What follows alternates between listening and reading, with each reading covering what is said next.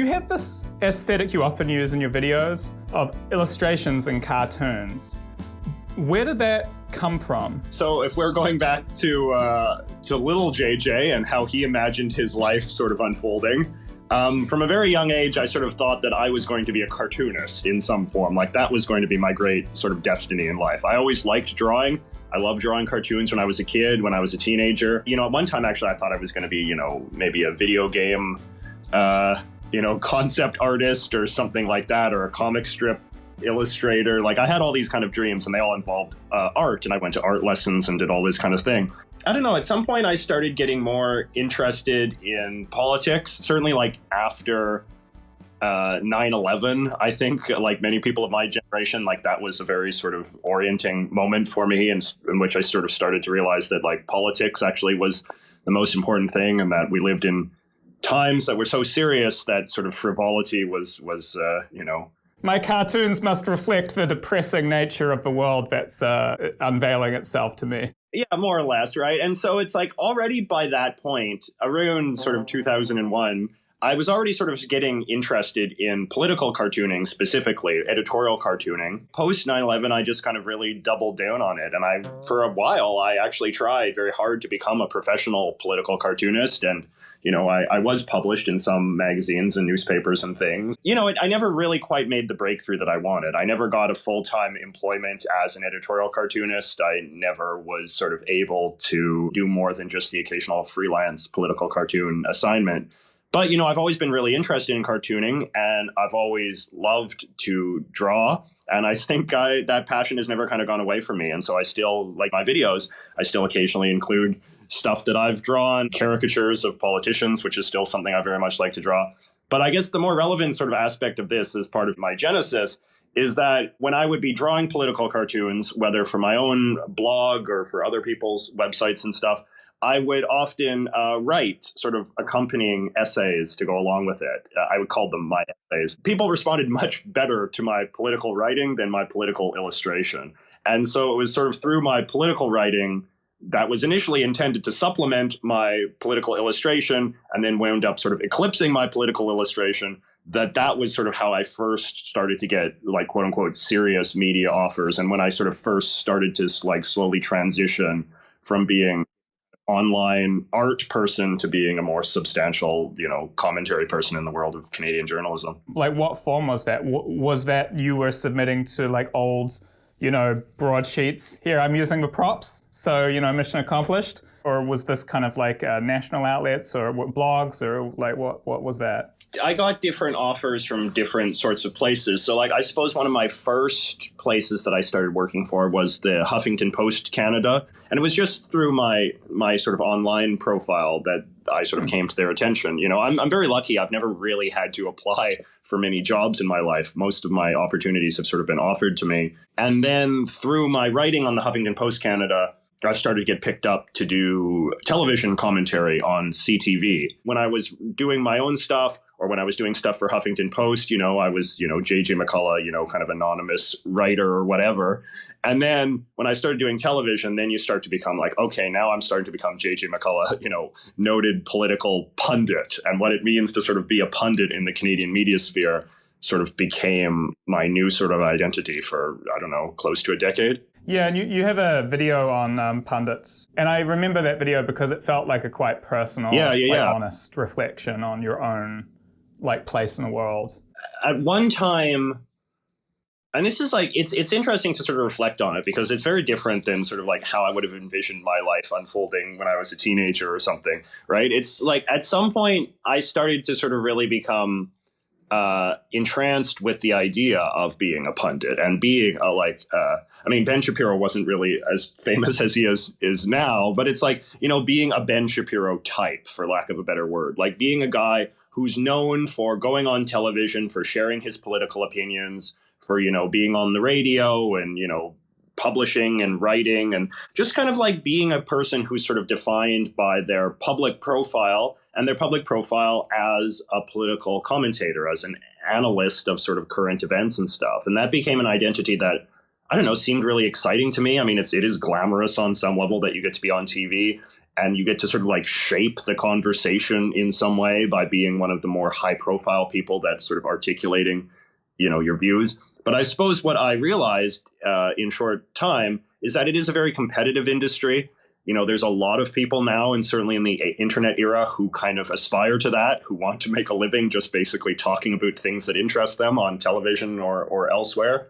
And because it's so attractive to so many people, you realize that there are sort of kind of like market forces in play. You have to be like very outgoing, very aggressive, very confident in your demeanor. Producers like it when there's a lot of conflict on these types of shows. And I suppose as I got older, I realized that there was an aspect of me that, as much as I enjoyed kind of the fame and glamour of the lifestyle, I started to realize that maybe I'm not as confident about politics and not as confident about the world as I initially thought I was as a youngster in my 20s. Maybe the world of politics is a little bit more complex and deserves a little bit more nuance in the way that people engage with it. And then that sort of made me realize that maybe I didn't want to be a Ben Shapiro type. I didn't want to be somebody whose sort of entire raison d'etre of their public persona is just picking fights with overconfident opinions. And so that's part of the reason why I don't really do that anymore. Have you ever noticed this effect where, like, once you get into the point that you're having a public dispute over a point that maybe was just an offhand comment or a thing you did one day, you can end up in this kind of vicious cycle of that starting to define your entire persona to the public? Like, your career kind of goes off a rail into this fairly miserable, like, fighting with, like, woke people or whatever about there some definitely issue. That was the other sort of thing I realized, is that there's a personality type that is well suited to this kind of lifestyle, the lifestyle of the pundit, the professional commentator. And some of it is that you kind of have to, frankly, get off on some level on the conflict, on the drama, on being controversial, on picking fights.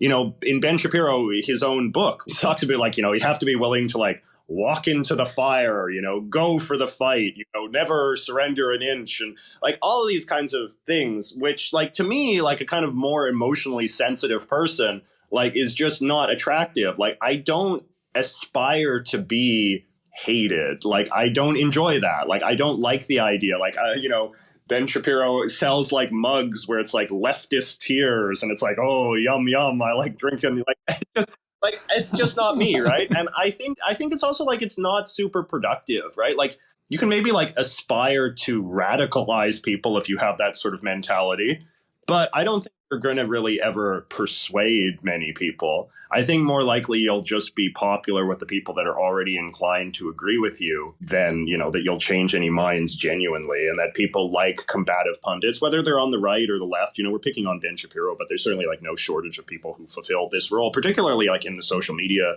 era where you have like professional streamers. There's a lot of like, for example, very popular far left streamers who are not at all persuasive, but people like them because they're fighters and they're combative and they will create drama and conflict. And that's exciting for people to watch and consume. I kind of feel like that's maybe not what the world needs a big abundance of right now. And so in the kind of content I make now for my YouTube channel, I try much more harder than I ever did previously to be objective and to be fair and to be nuanced and to concede, points on both sides. Because I kind of feel like now what is most important is education and information, and it's like clarity and giving people the tools that they need to understand the nuance of complex situations so that they can reach an informed, moderate opinion, which I think is probably more helpful and the only way that actual change will be made in this world. No, I do not hate Quebec. What I think about Quebec is that it is obviously a very different place from the rest of Canada, and I think that the Canadian government's efforts to accommodate those differences have resulted in some very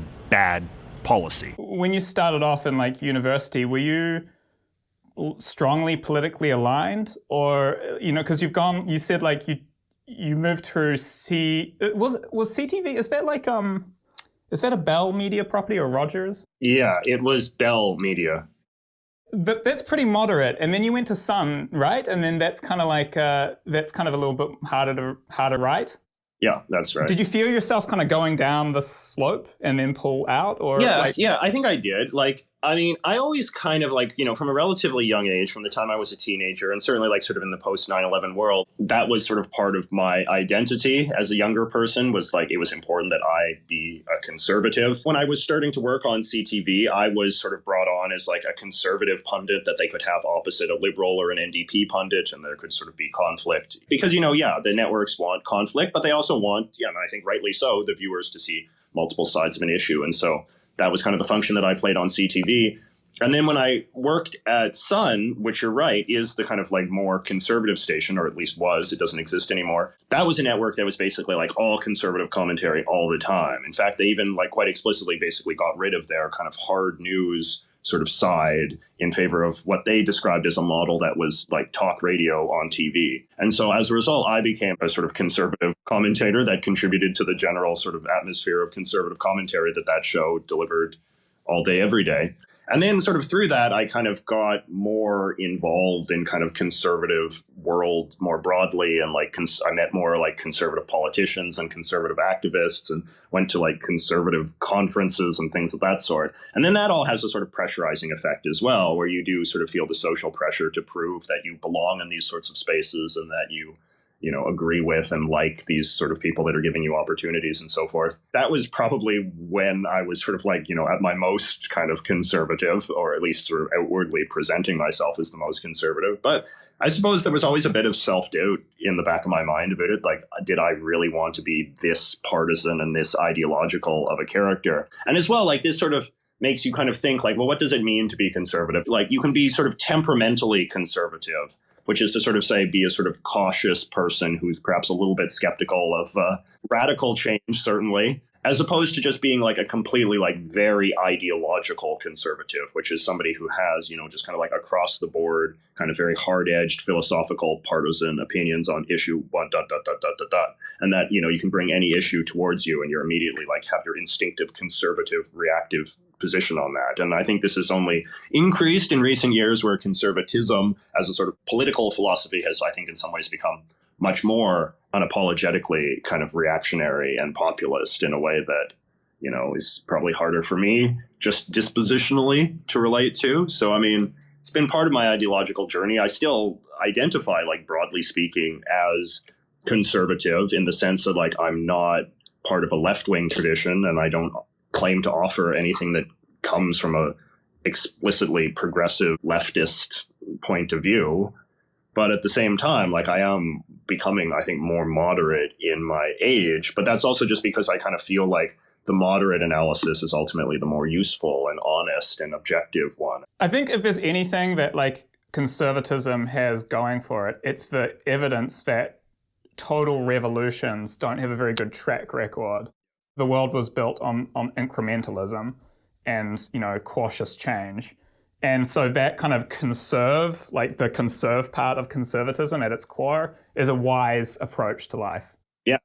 The fact that it can sometimes get bundled up with like the oil lobby is unfortunate, because you're like, it probably isn't really rational. You are conserving a thing, but it's probably not a good thing to conserve. It's a complex topic of conversation, the idea of conservative philosophy, which is very new philosophy, right? Like it's very much a kind of like post-war phenomenon, the idea that there could be a coherent sort of bundle of positions that are identifiably sort of conservative and exist in opposition to, the kind of liberal progressive tilt that had otherwise been assumed to define the course of the 20th century. It sounds like you always were like self-propelled, like you were always like into platforming yourself and giving yourself this kind of like fallback. Did you decide when you started doing YouTube, like, was this a conscious thing, like, okay, I'm doing this full time now? Or did it just like, well, I have free time, so I'm just working on it while I do other contracts? It was more that, because like basically the genesis is that when Sun News shut down,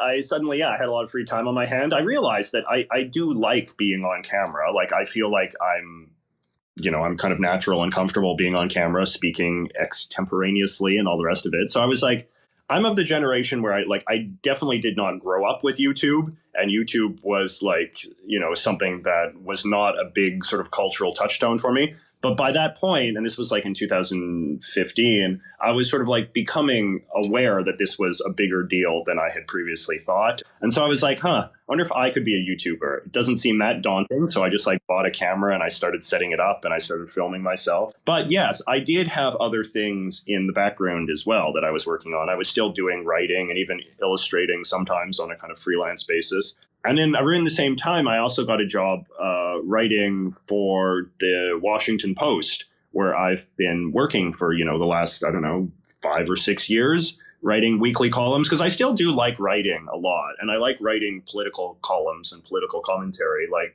as much as the television sort of side of things has become less attractive to me, writing is still something that's very fun and very enjoyable to me and very intellectually stimulating. And the fact that my job at the Washington Post is that I write about Canadian politics for an international audience is, I think, an interesting, kind of writerly challenge, which I very much enjoy. Like the challenge of writing in a way that both Canadians who are deeply familiar with Canadian politics can get something out of, but then also writing in a way that foreigners who don't know very much about Canadian politics can also get something out of, like how you can kind of find that kind of comfortable middle ground without being too condescending, but then without also being sort of too impenetrable.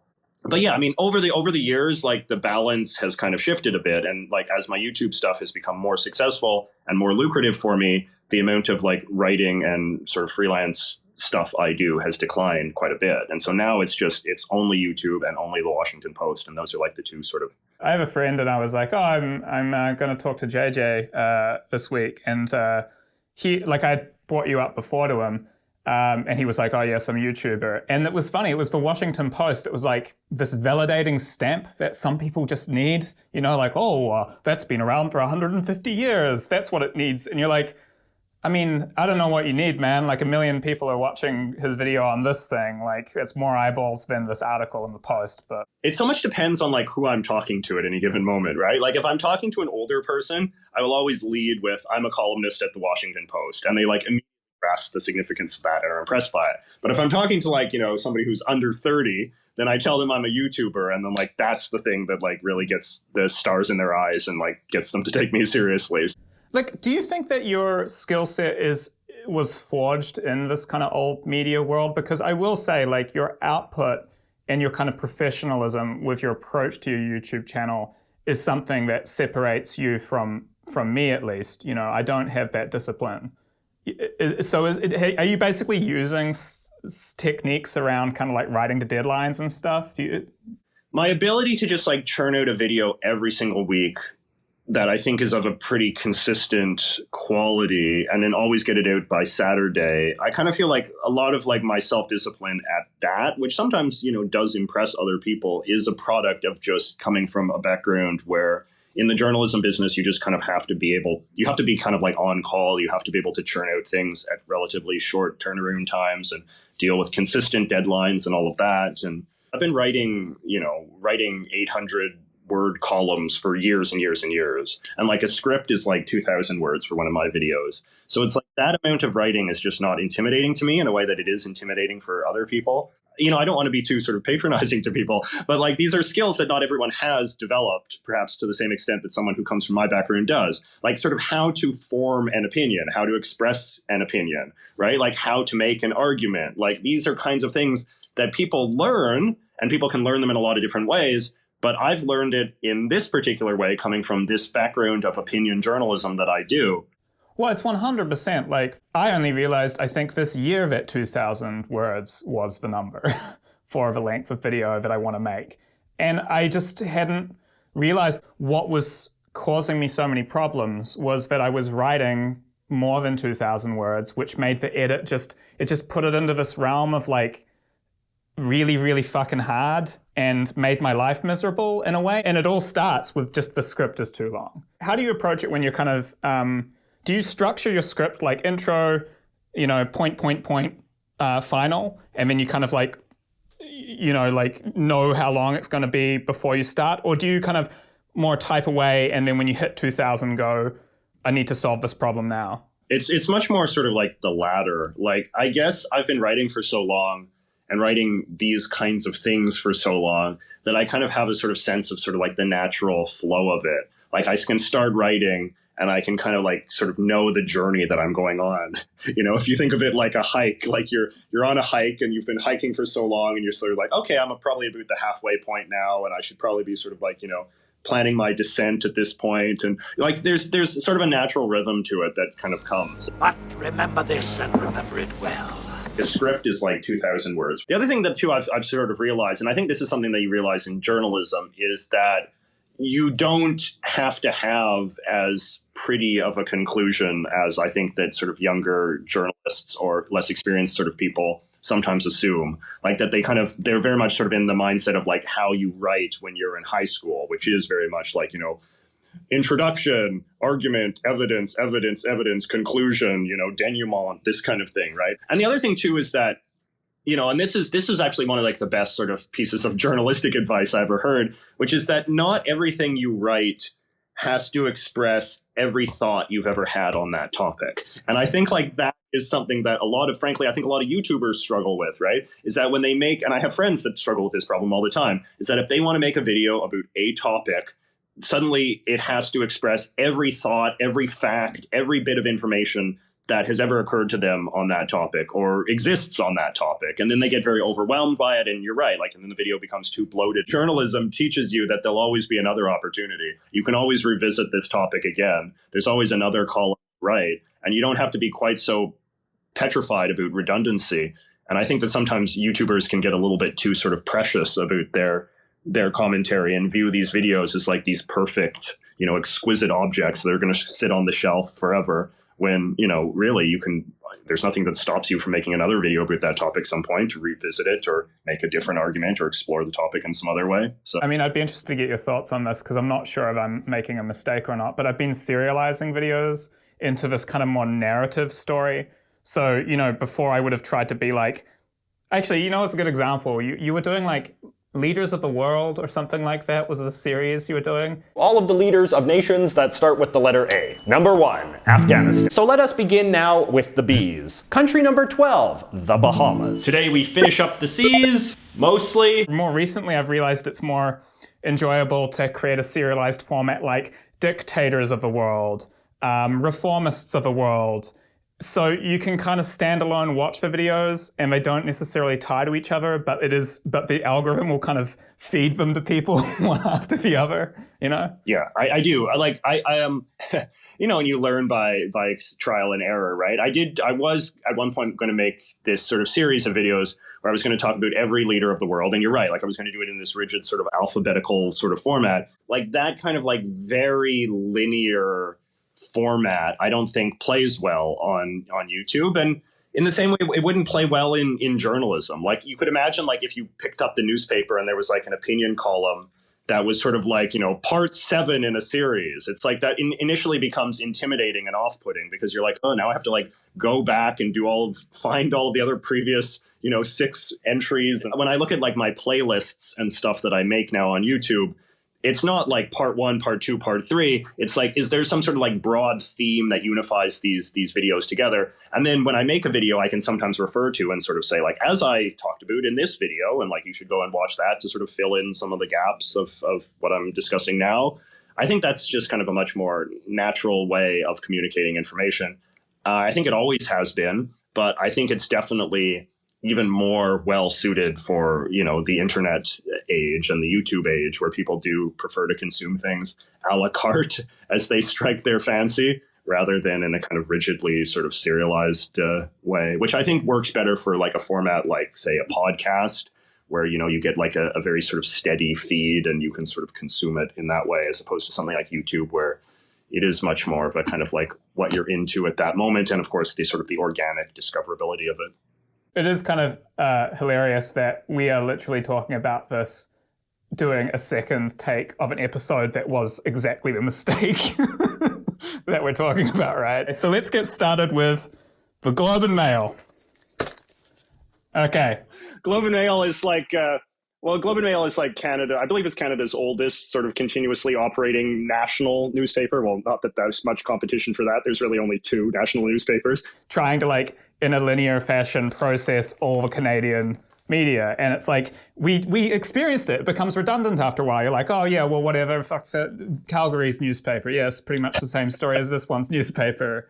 You know, it's better just to like group the general topics, being like, okay, so the National Post papers, that's this category, they acquire them in various markets, they kind of standardize them, and then now we've said it, you know? That's how human beings talk. Where you don't like invite someone around to dinner and be like, okay, so we're just going to go through. People get revolting that if you try to have a conversation that's too rigidly structured, yeah, right? I know. And it's like, I don't want to do that anyway. It's kind of weird that in an effort, I guess, to try to create some sort of semblance of structure, you can end up like missing the point. But I mean, these are the lessons we learn, right? So, you know, it's great. I learned that lesson right in front of your eyes. What do you think of streaming? Because some people think that that's to some degree where things are going to go, or that's a career that people should get into. Yeah, I mean, I'm not super into streaming, and that's not like a value judgment. It's just not really sort of something that I've had much time for, or I've made much time for, I should say. I mean, I do live streams on my own channel once in a while. I did one last night, actually, and it was a lot of fun. I mean, they're pretty exhausting. Streaming to me seems very analogous to talk radio, and talk radio has been tremendously successful, right? Like, it was one of the great forms of sort of public commentary that was developed in the latter half of the 20th century. And I think, you know, you have to be sort of receptive to that success. And it is interesting how much sort of like stuff in the modern era often just kind of seems to be a kind of retooling or rediscovery of various 20th century sort of successful, like, you know, how often you're advertising stuff on YouTube and you're kind of doing it in the way that people sort of advertised in like early 1950s television, where it's like, you know, oh, buy this water, a refreshing taste when you need it most. Like, that's like a very sort of like old fashioned kind of style of advertising, but it works, right? Which is why it sort of come back. This show would not be possible but for the sponsors. I like them a lot, half the price of competing earbuds. I get the Raycons. Was stimmt denn nicht mit Raycons? Always milder, better tasting, and cooler smoking. Silver and gold, silver and gold. Everyone's searching for silver and gold. I'm trying to get a little bit more into just consuming streamer content, because I think some of these people are like enormously charismatic and are very entertaining, and they're fun to spend several hours with in the same way it was fun to spend, you know, several hours listening to these, as I did when I was a young kid. Actually, I used to like spending a lot of time listening to talk radio in like the car with my parents or on my little radio by my bed at night. Billy's mother didn't know the real reason why he didn't want to go to bed. Like Joe in Chicago. Hello. Hey, what would you rather be? Racist and alive, or not racist and Ebola stricken? I would like to get more into it. I don't know if I necessarily have the skill set, that kind of like the endurance to talk quite so long. You have like 2 hours in the tank, it seems. And once you get to the end, you can kind of tell. Also, the questions become repetitive, and then it's like, it feels like you're in some parallel universe of like, wait, what did you, I think I said that, what? You know, so it starts to become like irritating, right? I would say that you're pretty high energy. And what I noticed, like I've got a friend who's a big streamer, and he kind of like paces himself more and is like, he's just got less energy and kind of long games it. So, you know, your natural place in streaming may be a little bit more like 1 hour or 2 hours every week rather than like the everyday sort of deal. The challenge is like, for me, particularly with YouTube, and like not to, you know, kind of pat myself on the back here, but it's like, because my channel is relatively popular, if I stream, I get bombarded with questions very quickly. And I get bombarded with, you know, super chats, which are like people asking me questions that they've paid to ask, right? And so like that feel like, well, I owe these people my time since they're paying to engage with me. And like, so then I try to answer as many questions as I can. I just go through the list mechanically, but that really just kind of consumes the entire 2 hours. It's just me answering nothing but super chat question after super chat question, which is fun. And like they ask a lot of really interesting and stimulating questions, but it does become exhausting and it does become repetitive. I would like to see, I've experimented with this a little bit in the past, is like doing streams where people can literally call me as if it was an old-fashioned talk radio show. Hey, how's it going, Paige? What's on your mind? And then we have like a bit of a sort of natural, organic conversation. And then you can kind of like manage it and be like, okay, now we'll go to our friend Bradley from Vermont. And what's on your mind, Bradley? We should send that Canadian caller to Putin salt mines.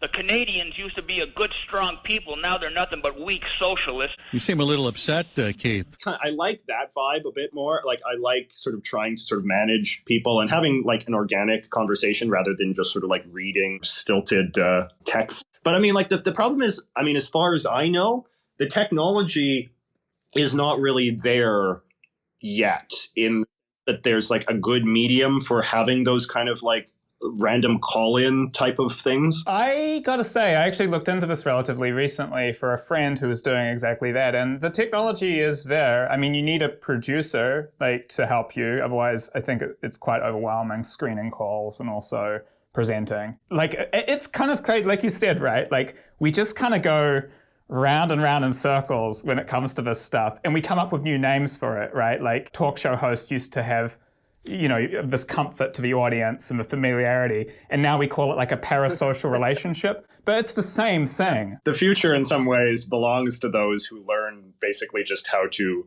revamp an old idea. I think that sometimes there becomes too much of a fetishization of like, what's the next new thing? And people come up with these ideas that are very innovative and clever, but are in some ways sort of like too clever. And the public kind of has a resistance to embracing a radically new way of engaging with content or of engaging with their fellow man and stuff. If I was investing, I'd be more likely to invest in people that bring back technologies from the past that were very successful in their own time, and think like, is there a way that we can sort of like update and modernize and make more efficient those kind of projects, right? So it's like, you're sort of thinking like, yeah, the call-in radio show, like, I would like to sort of see someone who could come up with a really efficient technology to make this very mainstream and very common and very easy to do. In the same way, like, it would be sort of interesting to see if the idea of like a conventional talk show, you know, where you have guests and, you know, a studio and all this kind of thing, like, is someone going to come up with like a version of that for the 21st century? I'm just very sort of curious to see how much this coming century and the coming decades in it really do, in an entertainment sort of sense, resemble much more the 20th century than I think we previously assumed. Because like, humans are humans, and humans like engaging with other humans in certain, I don't know, very standard ways that relate to sort of conversation and you know, companionship and intimacy and all of these sorts of things. So the technology of the future that I suspect will be more successful are the ones that learn from the past and try to replicate those experiences, rather than try to like, you know, condition humans to embrace radically new forms of engaging with each other, like, you know, the metaverse or whatever, right? Yeah. How do you feel about like, you know, the future of work and remote work? I guess I'm probably a little bit more bearish on it than some are. Like, I definitely think that like with the pandemic, we have realized that we do have the technology to do a lot more stuff remotely. It took us too long to realize that. Like, I think that if we were imagine like talking to like our grandchildren, you know, decades from now, it'll seem a little preposterous that it took us until 2020 to start doing as much remote stuff as we do, because they'll sort of say, well, did you not have the capacity to do like video calls in 2012? And it's like, well, we did, but we just didn't feel like doing it, right? Whereas in the 2020s, it does kind of seem like we've passed a point of no return in terms of the normalizing of that. But that said, I also kind of feel like the human's desire to sort of like spend time with other people is not something that we should sort of underestimate.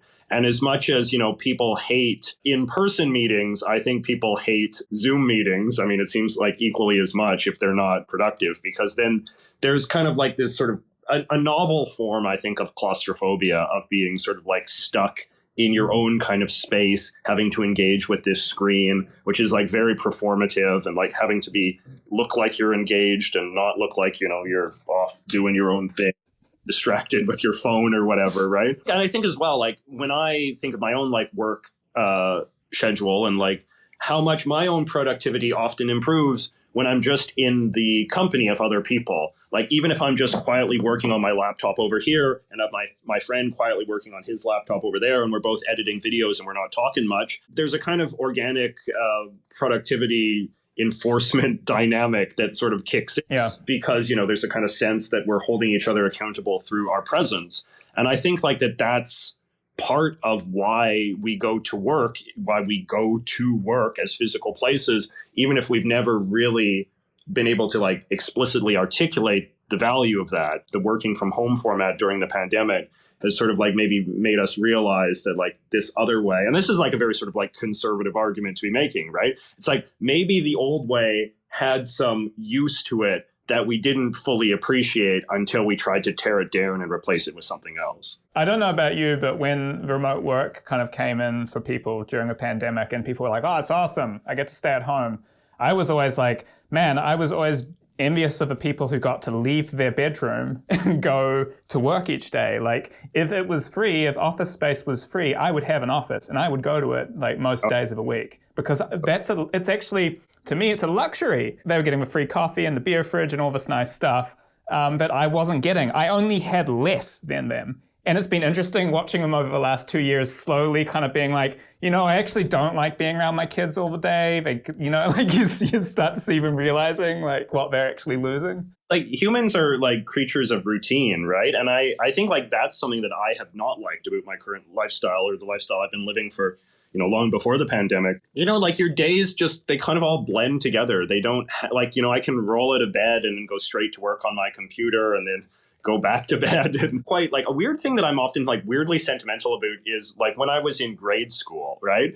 And I just think about like when I was in grade school, how I got up in the morning and like I would go to school and then there'd be like lunch hour and I would do that. And then I would, you know, we'd have all these different classes throughout the day. And then I'd go home at the end of the day and I'd eat dinner with my parents, or sometimes I'd see my friends in the evening. Just like that kind of like hyper structure lifestyle, which I often imagine like, you know, normal working people have to some degree. They're still sort of living through the kind of the school style lifestyle where they get up at an hour and eat their breakfast and go to work and then come home and as opposed to the amount of self-discipline that you require in order to be a self-employed work at home type of guy. Much as I like to think I'm a man of strong character and self-discipline and all the rest of that, I know that, you know, sometimes you need a bit of external help. And I think that that's something that the traditional working life offers, and that, yeah, like you said, I think people are becoming a little bit more, a little bit more wistful for now that they've not had it. A lot of people have said the pandemic has passed so quickly in this weird way because we haven't had life punctuated by events like we used to, you know, Christmas parties, commutes, you know, hanging out with people. So that sucks because it literally makes your life seem shorter, and we're only here for 70, 80 years. So that's not good. The actual value of the work hygiene that's enforced by a workplace is substantial. You know, I really missed when I left my last job and started doing this. I miss colleagues so much. I really, really liked them, and it was nice to have someone to just, you know, you at lunch, you spin the chair around and you go, what do you think of this? It's like, and it's not the same through a screen. You know, I have like online friends, you know, like, yeah, like I could send you a message being like, what do you think of this? But it's just not, I don't know, it's that kind of like spontaneous conversation. Hey, let's get a sandwich and we'll talk about it. Sort of, I really loved that. And I yearn for it again. I hope one day I can figure out how to get my life with that back in it somehow, you know what I mean? No, for sure. And it's like I've started in the last year in particular, I've started hanging out more with other YouTubers, like both in sort of like the Vancouver YouTuber community. They've started to sort of put more effort, I think, in sort of like networking with each other and like creating spaces where we can all hang out together, which has been very useful. And also just like I've been making more YouTuber friends. I mean, they live around the world, but some of them I've been able to visit and work with. And that's been a lot of fun. Like, neighbors. Now let us see what the correct answer was. Neighbors. So Chris's superior knowledge of Australian television gets him the point. Having people that like you can kind of speak the same language to in a sort of face-to-face way, the language of work, whatever your work is, like you want to be able to talk about it in a way that can be sort of free-flowing and organic and not just always in this narrowly transactional, did you get my memo? Please respond by 12. You're a homosexual. I have been told that, yes. What's that all about?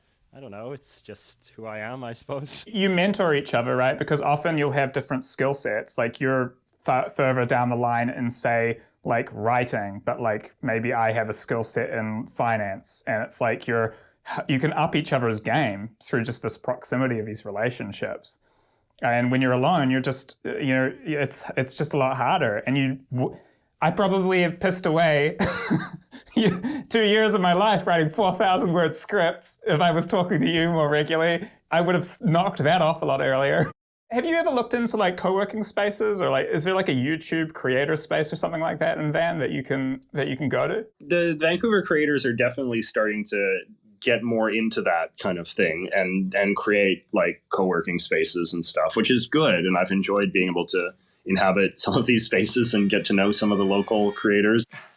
Don't mind me. I'm aware that this probably sounds snobbish because, like, you know, we're talking about like a very small community of people, and people that are sort of outside of those spaces can hear people like me talk about this kind of thing and be kind of envious or you know, wistful, and that they sort of wish that they had spaces like that they could be in. And I'm very sensitive to that because it's like I've worked in, there's broad public workspaces too that I've done, co-working spaces, and those are fun as well. And it's like, because you develop, what do they call it, like sort of found family kind of type of dynamics, where if you're just working alongside people who start off as strangers and you don't know what they're doing and you don't like necessarily relate to the kind of work that they're doing, but it's just like, just through the simple act of spending time with these people day after day, week after week, you can kind of develop an affinity for them that's sort of forged through just the simple act of talking and sharing and just these kind of like basic sort of human connections. So when we talk about things like co-working spaces and shared spaces and collaborative spaces, it doesn't necessarily have to be seen as this kind of like very high level elite thing where like elite creators like go off and do their own kind of cliquey thing and,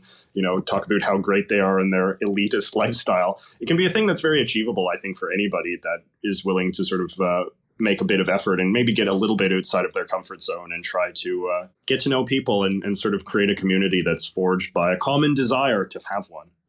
There is something like interesting with you, actually, in that like you entered the pandemic as like a kind of known to insiders sort of person, and now you're like a person that a lot of people would recognize. What happens if you go to the co-working space and then someone's walking up every day and like, hey, are you JJ?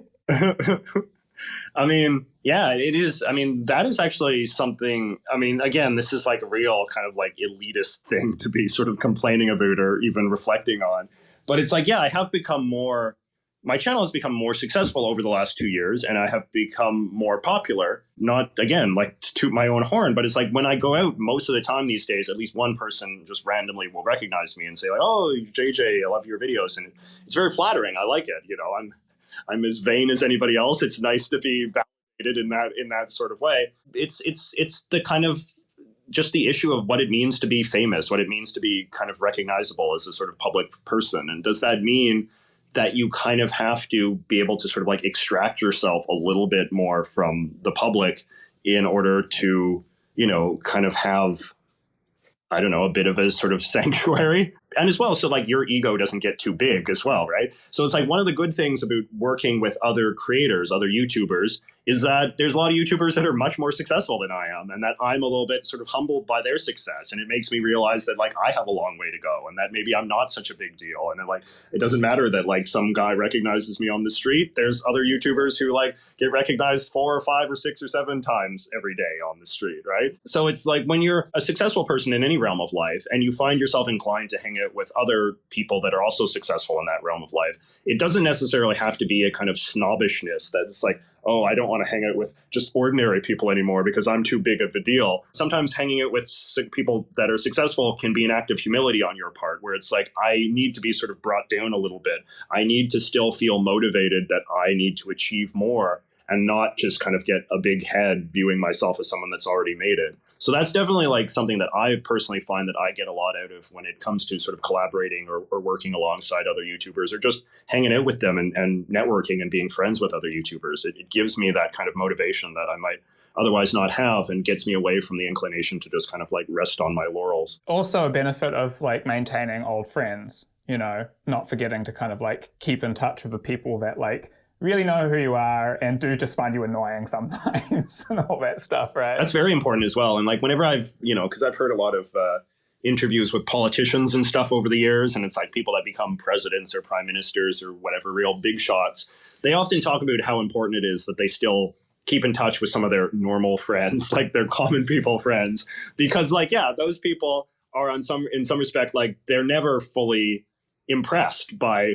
how high you go, right? Like that you'll always be just, JJ or whatever from elementary school or whatever. Like they'll have such a sort of deep and detailed knowledge of who you are as a person that they don't see you simply through the office that you hold or the number of subscribers you have. Or I mean, it's very genuine and loving and sort of like a deep affinity that has been forged over years. But it's also, they know your true self, and they know that you are a more complex and detailed person than just the kind of image that, people have fallen in love with through the screen or, through politics or whatever it is. I remember when you peed your pants in class, so, they'll always take you down a notch in my eyes. Right. And that's good. That's natural. I do think that, modesty and humility are really important virtues in life, and vanity is like one of the most corrosive sins that you can have as part of your character. So I try to sort of keep those kind of considerations in the front of my mind when I think about how I'm choosing to comport myself as I, in theory, become more successful and more famous. And on that, when I started out YouTube, I was like, oh, it would be cool to meet JJ one day, because you definitely kind of like set the pace for like how to do the video essay format, I'm going to call it, in Canada. And it was cool. When I talked to Yute's like, who would you like to meet in Vancouver? I'm like, do you happen to know JJ? And he did, and we met, and it was really nice. Like, you are just a guy, a normal guy. Well, you're a strange guy, but you're a person you can talk to. And I thought it was very generous of you to actually offer that time and meet up in White Spot. I love to meet people. I love meeting people. I love to talk to people, and I love getting to know new people. I just really like people at the end of the day.